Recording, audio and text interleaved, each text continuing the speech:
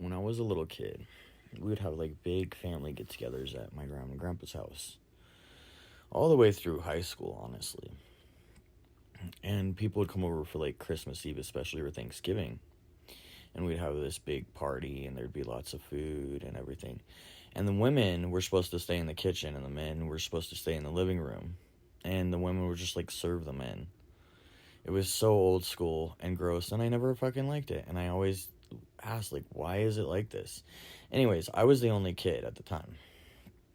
And I remember feeling like, well, understanding that I was at the very bottom of the fucking shit pile. Because not only was I female, but I was a kid. And women were at the bottom of the shit pile. And kids were supposed to be seen and not heard. Sometimes not even seen. But here I was running out and hanging out with my grandpa in the living room, and he was like the king of the castle, so nobody could ever say shit. And everybody would get really pissed off at me because I was a girl and a kid coming into the living room. And I remember my grandma and mom would sometimes be like, you shouldn't go out there. And they were worried that I was going to get in trouble. But I just didn't give a fuck. I didn't understand this imaginary fucking barrier between the kitchen and the living room. I didn't understand why everybody couldn't just be wherever the fuck they wanted to be. And I certainly didn't like the fact that the women were just like serving the men and they refused to get off their fucking asses. And honestly, that was kind of like the theme of my life, because my grandpa, he was a drunk and he was sexist and he was racist and homophobic and all kinds of things. And I was his karma.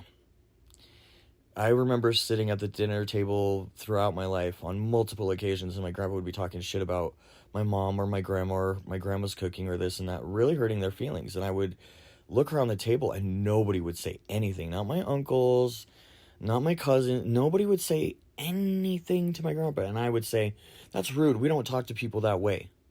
I remember like at 3 saying shit like this, and my grandpa would get so embarrassed. He would go bright red and look down like he got in trouble, and he would shut the fuck up.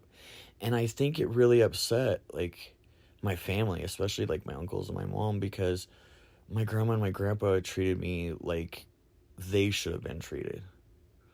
And it's become this thing in my life. And I don't understand why my grandpa was that way with me, but he knew damn well that if I said something and I wasn't okay with something, he was going to get in trouble.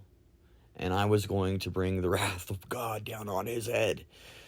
Like, anytime he was ever mean to me, I would lock myself in my room and I would say, I'm not going to talk to you. And finally, when he passed, the day he passed, I had been threatening him. Okay, so finally on the day he passed, I had been threatening him. I had been saying, don't treat my grandma and mom that way. It's not okay to treat people that way. You don't talk about people that way. You don't treat people that you love that way. That's my grandma, my mom, and you will not treat them badly. And the day before he died, I finally had enough. And I told him, I said, you're a horrible, mean, terrible person, and I don't ever want to see you again. I will still continue to see Grandma, but I will never come over here and see you again. And that was the very last thing I ever said to him, because the next morning I woke up and he was gone. And I just think he couldn't take it. But he was a horrible drunk and horribly mean. And for a long time, I felt really bad about it. But honestly, after hearing the things that he did to my grandma and my mom, like really hearing more than what I actually saw,